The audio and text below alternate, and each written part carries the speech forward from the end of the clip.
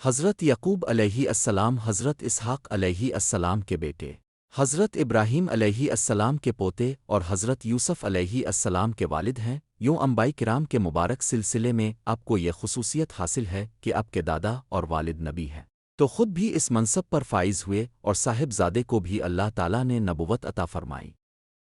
اللہ تعالیٰ نے آپ کی ولادت کی خوشخبری حضرت ابراہیم علیہ السلام کو آپ کے والد حضرت اسحاق علیہ السلام کی ولادت کی اطلاع کے ساتھ دی تھی۔ قرآن پاک میں ارشاد ہے، پھر ہم نے انہیں ابراہیم کو اسحاق کی اور اسحاق کے بعد یعقوب کی خوشخبری دی۔ ایک اور جگہ ارشاد فرماوا، اور ہم نے ابراہیم کو اسحاق جیسا بیٹا اور یعقوب جیسا پوتا عطا کیا اور سب کو ہدایت دی۔ حضرت یعقوب کا دوسرا نام اسرائیل تھا، اسی لیے آپ کی اولاد بنی اسرائیل کہلاتی ہے۔ اسرائیل دو الفاظ اسرا اور ایل کا مرکب ہے۔ اسرا عبد کو کہتے ہیں اور ایل کے معنی اللہ کے ہیں، یوں اسرائیل کا مطلب اللہ کا بندہ ہوا۔ اللہ تعالیٰ نے حضرت یعقوب کو یہ فضیلت بھی عطا فرمائی کہ بنی اسرائیل میں مبعوث ہونے والے تمام پیغمبر آپ ہی کی نسل میں سے ہیں۔ مک شام سے ہجرت۔ حضرت اسحاق کے دو جڑواں بیٹے محض اور یعقوب تھے۔ آپ کو بڑے بیٹے سے قدرے زیادہ محبت تھی، جبکہ اہلیہ یعقوب کو زیادہ چاہتی تھیں۔ روایت میں ہے کہ ایک دن حضرت اسحاق نے بڑے بیٹے سے شکار کا گوشت کھانے کی خواہش کا اظہار کیا۔ محض والد کی خواہش پر فوراً شکار کے لیے چلا گیا، لیکن اسی اثنا میں والدہ نے حضرت یعقوب سے کہا کہ بکری ذبح کر کے والد کو کھانا پیش کر دو اور ان سے دعائیں لے لو۔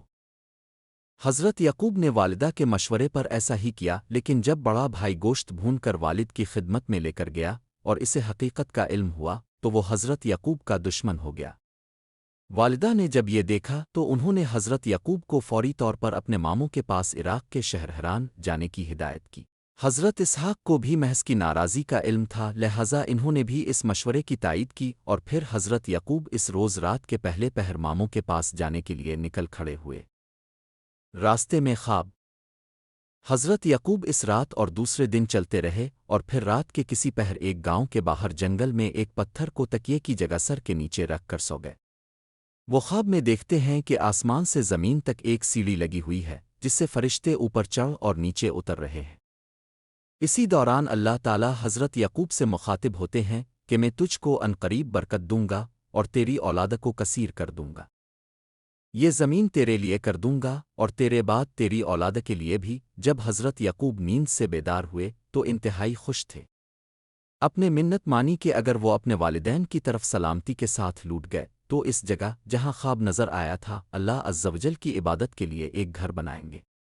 نیز یہ منت بھی مانی کہ جو کچھ اللہ تعالیٰ انہیں دے گا اس کا 10واں حصہ اللہ کی راہ میں خرچ کریں گے۔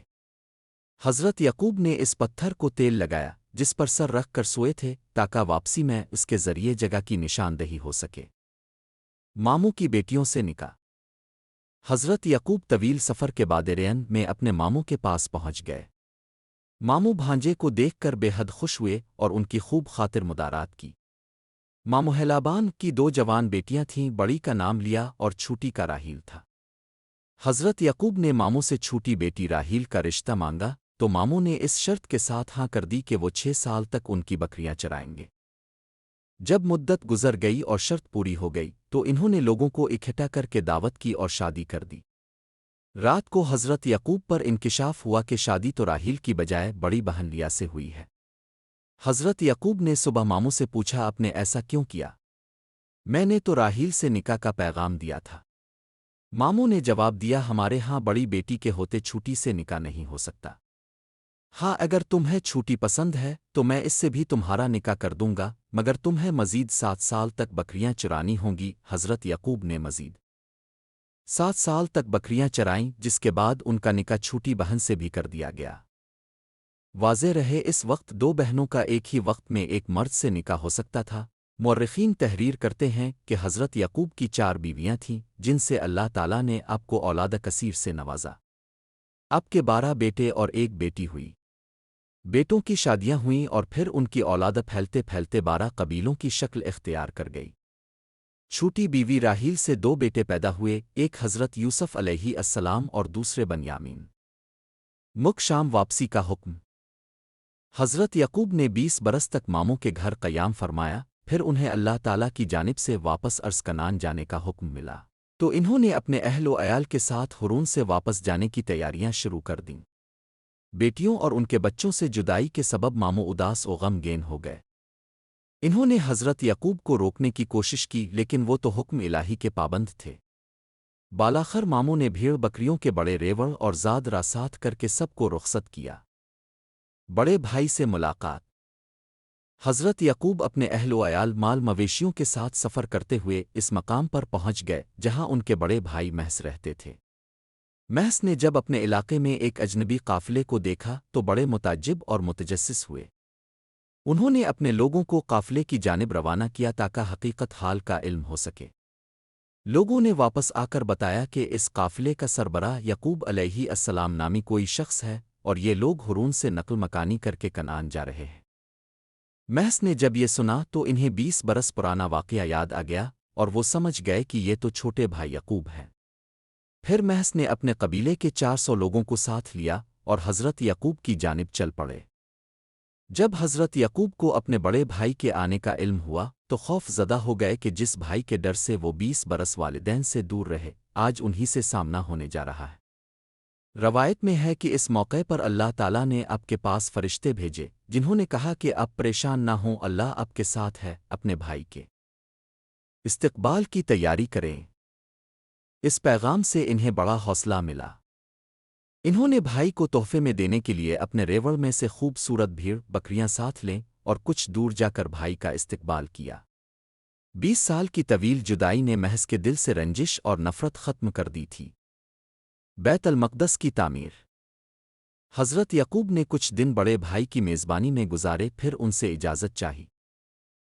حضرت یعقوب کو اچھی طرح یاد تھا کہ 20 سال پہلے جب وہ اپنے ماموں کے پاس جا رہے تھے تو انہوں نے منت مانی تھی کہ اگر وہ اپنے والدین کے پاس سلامتی کے ساتھ لوٹ گئے تو جس جگہ خواب دیکھا تھا وہاں اللہ کا گھر بنائیں گے۔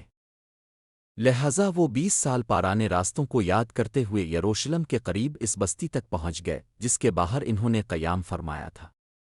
بستی کے باہر خیمے نصب کر دیے گئے اور پھر حضرت یعقوب نے اپنے بچوں کے ساتھ اس پتھر کی تلاش شروع کر دی جس پر انہوں نے تیل لگایا تھا چونکہ اللہ تعالیٰ کی مدد شامل حال تھی جلد ہی وہ اس پتھر کو ڈھونڈنے میں کامیاب ہو گئے۔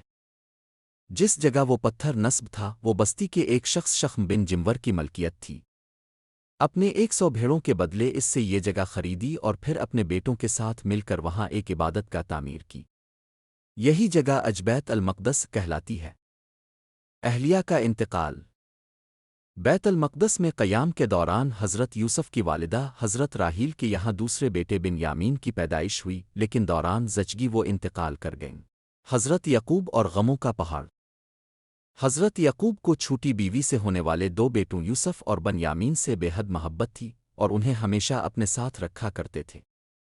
سوتیلے بھائیوں کو یہ بات بہت بری لگتی تھی اور وہ ان دونوں بھائیوں کو رنج و تکلیف پہنچانے کا کوئی موقع ہاتھ سے نہ جانے دیتے۔ حضرت یعقوب جانتے تھے کہ بڑے 10 بھائی ان دونوں سے حسد کرتے ہیں۔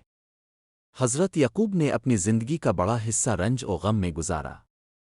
ابھی نوجوان ہی تھے کہ بڑے بھائی کے خوف سے والدین کو چھوڑنا پڑا اور 20 برس دیار غیر میں گزارے۔ بڑھاپے میں بڑی بیوی سے ہونے والے 10 بیٹوں کے ہاتھوں حضرت یوسف کو دی جانے والی تکالیف اور طویل جدائی نے انہیں شدید اذیت پہنچائی۔ وہ حضرت یوسف کی جدائی کے سبب 40 سال تک انہیں یاد کر کے روتے رہے، یہاں تک کہ روتے روتے آنکھوں کی بینائی ضائع ہو گئی۔ آخر 40 سال بعد اللہ تعالیٰ نے حضرت یعقوب کو بیٹے سے اس حیثیت سے ملایا کہ وہ والی مصر تھے۔ دونوں باپ بیٹا طویل جدائی کے بعد ملے تو لپٹ کر دیر تک روتے رہے۔ حضرت یعقوب اپنے بیٹے حضرت یوسف کے پاس مصر میں 24 سال تک مقیم رہے۔ بیٹوں کو وصیت۔ حضرت یعقوب کی وفات کا وقت قریب آیا تو اپنے سب بیٹوں کو جمع کیا اور ان سے پوچھا میرے بعد تم کس کی عبادت کرو گے؟ سب نے یک زبان ہو کر جواب دیا، اے ابا جان، ہم سب اس رب کی عبادت کریں گے جو آپ کا اور آپ کے ابا و اجداد ابراہیم اسماعیل اور اسحاق کا معبود ہے۔ قرآن پاک میں ارشاد ہے بھلا جس وقت یعقوب وفات پانے لگے تو تم اس وقت موجود تھے جب انہوں نے اپنے بیٹوں سے پوچھا کہ میرے بعد تم کس کی عبادت کرو گے؟ تو انہوں نے کہا کہ آپ کے معبود اور آپ کے باپ دادا ابراہیم اسماعیل اور اسحاق کے معبود کی عبادت کریں گے۔ جو معبود یکتا ہے اور ہم اس کے فرما بردار رہیں گے۔ اسی صورت میں اللہ تعالیٰ نے فرمایا اور اس بات کی ابراہیم نے اپنے بیٹوں کو وصیت کی اور یعقوب نے بھی اپنے بیٹوں کو کہ اے میرے بیٹو، اللہ نے یہی دین تمہارے لیے منتخب فرمایا ہے، لہذا تمہیں موت آئے تو اسی حالت میں آئے کہ تم مسلمان ہو۔ وصال و تدفین۔ تفسیر قرطبی میں مذکور ہے کہ حضرت یعقوب علیہ السلام نے مصر میں 24 سال رہنے کے بعد وفات پائی اور وفات سے پہلے حضرت یوسف علیہ السلام کو وصیت فرمائی کہ میری میت میرے وطن بھیج کر والد اسحاق علیہ السلام کے پاس دفن کیا جائے۔ وفات کے وقت حضرت یعقوب علیہ السلام کی عمر 147 سال تھی۔ حضرت عبداللہ بن مسعود نے فرمایا کہ حضرت یعقوب علیہ السلام ماں اپنی اولادہ جب مصر میں داخل ہوئے تو ان کی تعداد 93 نفوس پر مشتمل تھی، اور جب انہی سے پھیلنے والے افراد حضرت موسیٰ علیہ السلام کے ساتھ مصر سے نکلے تو ان کی تعداد 6,70,000 تھی۔